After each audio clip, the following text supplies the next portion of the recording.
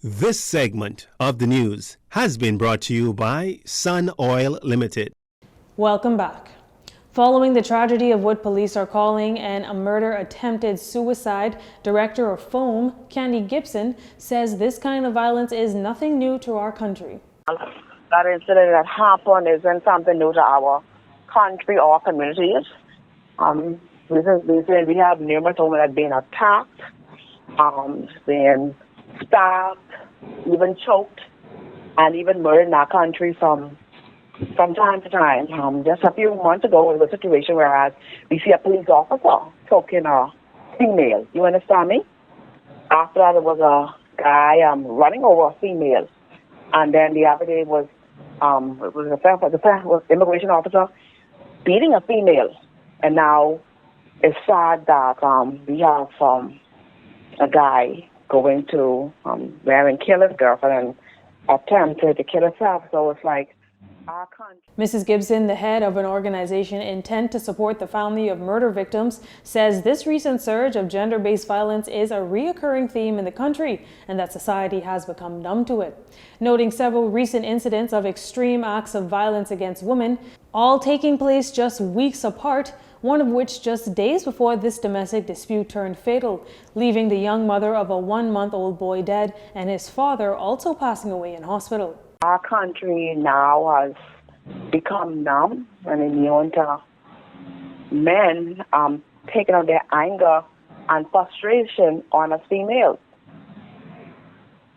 And it's so sad that I was in a situation even a couple of years ago, with this gentleman that killed his wife or his girlfriend.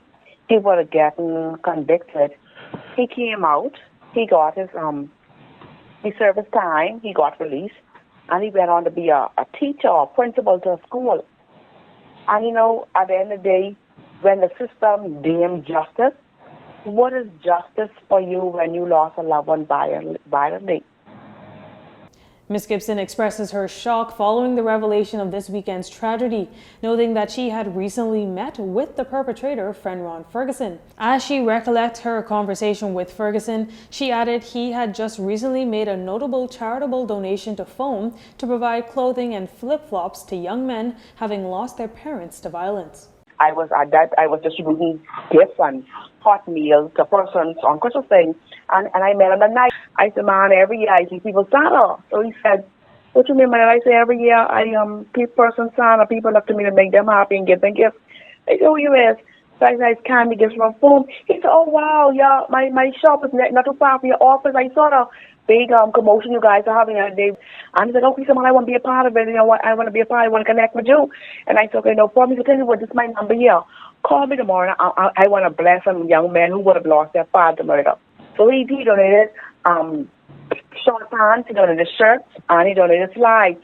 He actually donated 10 outfits and slides to 10 young men, 10 teenage boys who would have lost their father or mother to murder. Gibson also took time to send a strong message to the agencies that govern our nation, calling for a stronger response to gender-based violence and harsher penalties for those that commit these crimes. Police in the capital are investigating 2 shooting incidents that occurred last night in the Pinewood Gardens area.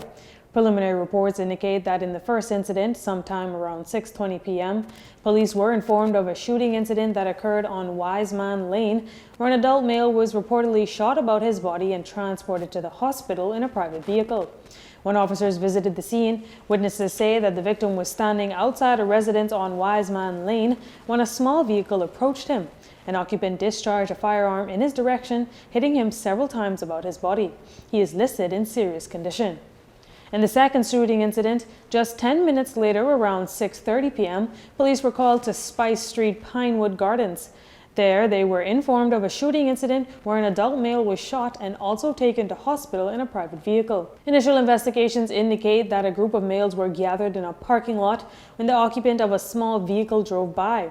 One of the occupants discharged a firearm in the direction of the group. The males ran for cover. Moments later, one of them discovered that he was shot in the left leg. He's listed in stable condition at last report. Police say it is unclear whether these incidents were related, but investigations into both of these matters are ongoing. Minister of Education, Technical and Vocational Training Glenys Hanna-Martin expressing her gratitude to teachers, principals, administrators, and support staff who showed up to work nationwide in overwhelming numbers to welcome children back into the classroom on Monday morning. And that's despite the looming threat of industrial action by the Bahamas Union of Teachers. Minister Hanna-Martin told the local daily that 466 of 3,200 teachers and aides did not show up for work as public schools resumed in-person learning with a hybrid model. Thousands of school-aged children across the country returned to school campuses nearly 2 years after students went into virtual learning, a result of the COVID-19 pandemic in country.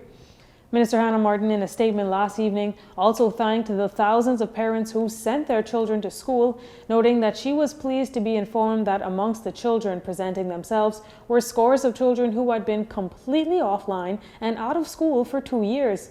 The minister, along with the Minister of State for Education, Zane Lightburn, visited many schools, witnessing children alert and activated in a disciplined, safe environment for instruction. Acknowledging that the road ahead will not be easy and there is much work to be done to ensure the future generation of children are given the best opportunities humanly possible to develop their potential. Minister Hanna-Martin says it will require the full partnership of all stakeholders and a spirit of cooperation. She pledges to continue to maintain an open line of communication with all stakeholders. The Ministry of Health and Wellness reporting 2 additional COVID-19 related deaths for Monday, January 24th. Both deaths are females and residents of New Providence.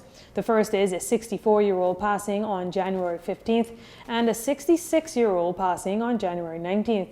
These deaths bring the death toll to 731, with 42 deaths still under investigation. The ministry also reporting 101 additional positive COVID-19 cases for the same day. That's 72 for New Providence, 12 for Grand Bahama, 5 for Abaco, 4 on Andros, 3 on Cat Island, 2 on Exuma, and 1 each for Bimini and Katki, Eleuthera, and Long Island. Total cases now stand at 32,238, with 7,431 of them active. Hospitalizations decreasing slightly, with 137 in hospital, 128 considered moderately ill, and 9 in the intensive care unit. 206 cases also reported as recovered. Well, that does it for news this evening. Once again, I'm Tyler Simonet, and from all of us here at JCN News, have a wonderful evening, everyone. This segment of the news has been brought to you by Sun Oil Limited.